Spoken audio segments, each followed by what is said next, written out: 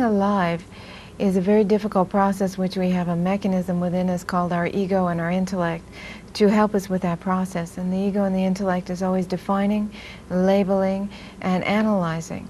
And those are none of the work of the soul and seeing and feeling.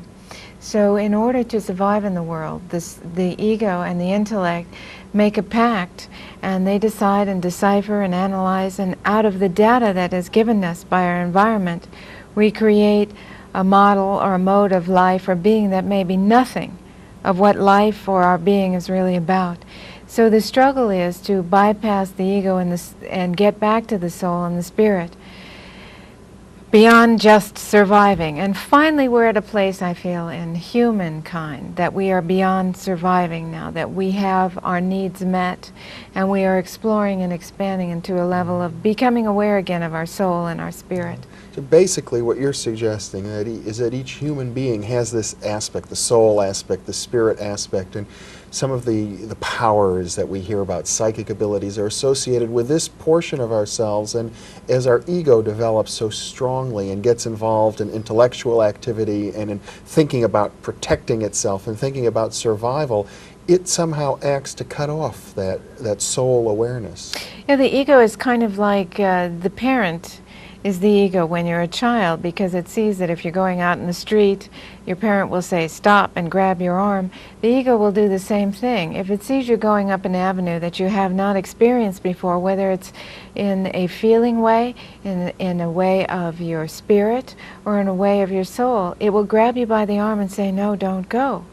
The fear about getting into psychic things, and the fear of exploring our deep feelings, the fear of crying when we're touched or moved, is the ego saying, now wait a minute, we've got everything under control, don't worry about a thing. It becomes our parent. And we have a hard time graduating from one level to another. We graduate from high school, we graduate from college, and we can graduate from our parents, but then we have that ego that we hardly ever graduate from until something either causes a breakdown or a breakthrough. Then usually breakdown precedes breakthrough. And most people get hung up in the breakdown part of it because the ego gets terrified and thinks that it's the loss of the beingness. And yet I would think that we wouldn't necessarily want to break free of our ego the way we break free of our parents. It's something that I think maybe the goal might be more to have it work in harmony with the other parts of us. It is, and the interesting thing is most people don't even know what a spirit and a soul is, or an ego, and they just hear that it's something that you shouldn't have a lot of. And I have kind of come back on the scene in my classes to say you must honor your ego, but you also must have a sort of a conference with that Trinity within you. And realize that each part of your soul and your spirit and your ego has a part in your body. The heart is operated by the spirit. The soul is operated by the will. And the ego is operated by the intellect. So the one that gets to be the bully and the bad guy and the biggie here is the ego and the intellect, because it's smarter. It can outwit that soul and that spirit. And that heart sometimes gets forgotten in its feeling level. And the spirit is left, and the soul, who has a strong desire, gets left.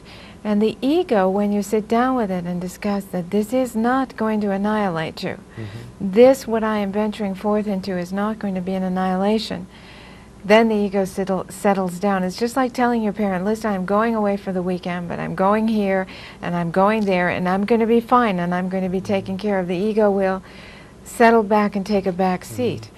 This is why it's important for all things of the spirit and the soul to be done in a guided way, like meditation. You're not going to want to meditate when you're driving on the freeway. You're not going to want to meditate when you're in the middle of a class experience or you're learning something. You're not going to want to meditate when you're shopping or get a great idea, a soul inspiration, when you're picking up the baby from the babysitter. Because the ego would feel a little threatened in Well, those the cases. ego needs to be in charge in those cases. The ego needs to be in charge when you're driving. That's what happens on long-distance drives. The ego thinks, oh, well, I can sit down and relax. The spirit takes over, and in a long drive we'll start to hallucinate. And then we think, I didn't have a drink at the last stop. Why am I seeing people running across the road? The spirit sees all kinds of things. At any point that it lets go of the reality that we're looking at, it sees more things than just this reality. So if I'm interested, say, in cultivating my ability to see with my soul, to see with my spirit, I kind of need to call a conference together. And Right. First say, of all, we okay. have to identify who's who and what's what and where those different parts of us are operating.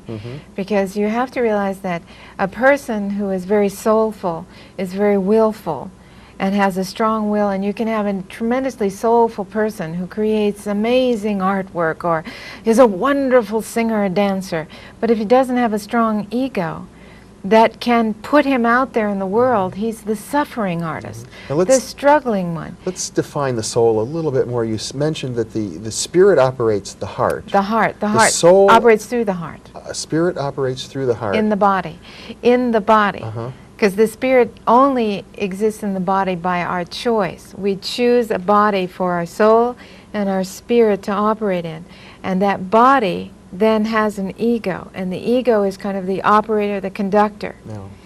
And the soul you mentioned is The soul is will. our desires, and the will is that which creates contact with the desire body. And the desires are that which is of the Father. The word itself means day, which is of, and sire, which is the Father.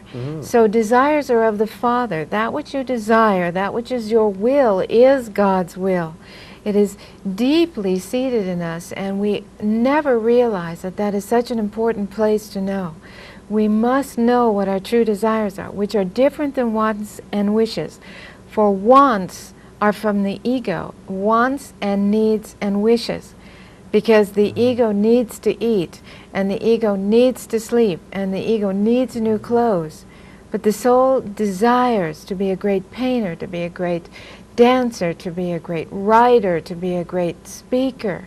And often as we grow up, I suppose these things become confused. And Very confused. we're also told by our parents and teachers and so on what we should desire, and we often kind of get lost in that then. But the parent's ego says, what do you mean you want to go into space? You want to get in my business building houses. You're going to follow your father's business and your father before him. No, I want to build houses in space.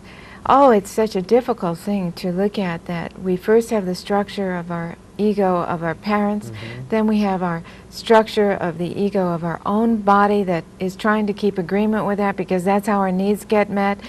And the spirit and the soul is always struggling to say, but what about me? I created this. I created this. God and I had a conference about what we wanted, and we created this ego, and we created this body, and we asked our parents if we could come, and we came down. Sometimes we just tell our parents we're going to come, and we just come down here, and then everything gets forgotten. And I believe that really life is 90% remembering what we came here for. But we first have to realize we did come here for something. And if you look at your deepest desires, that's the secrets of what you came here for.